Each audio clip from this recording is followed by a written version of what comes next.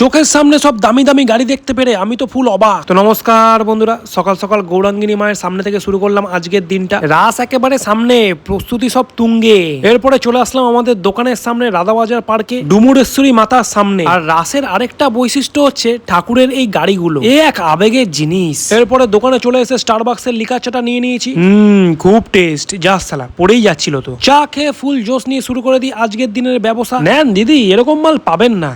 ও পাবেন, তাহলে আলাদা ব্যাপার। কিসের বিএমডাব্লিউ, কিসের ফেরারি, কিসের মার্সিডিজ, ওসব বাচ্চারা কেনে, লেজেন্ডরা কেনে এইসব গাড়ি। এগুলো দেখে ছোটবেলা কোনো স্মৃতি মনে পড়লে একটা লাইক দিয়ে যাও। দুপুরে মিড ডে মিল করতে বেরিয়ে পড়েছি খুশি খুশি মনে। পথে একজন সুন্দরী মহিলা লিফট চাইলো, তাই হালকা করে লিফট দিয়ে দিলাম। বাই দ্য ওয়ে, আমি এরকম পরোপকারী কাজ করেই থাকি। আমার এই পরোপকারের জন্য চ্যানেলটা একটু সাবস্ক্রাইব করে দাও। নিজের মুখে নিজের প্রশংসার কি বা করবো। সন্ধ্যাবেলায় চলে আসলাম আমাদের নবদ্বীপের বিখ্যাত বড়শ্যামা মায়ের কাছে। তারপর সেখান থেকে চলে আসলাম চাচ্চারা বাজারে ভদ্রকালী মায়ের কাছে। মায়ের মুখটা কি সুন্দর বানিয়েছে দেখেছো?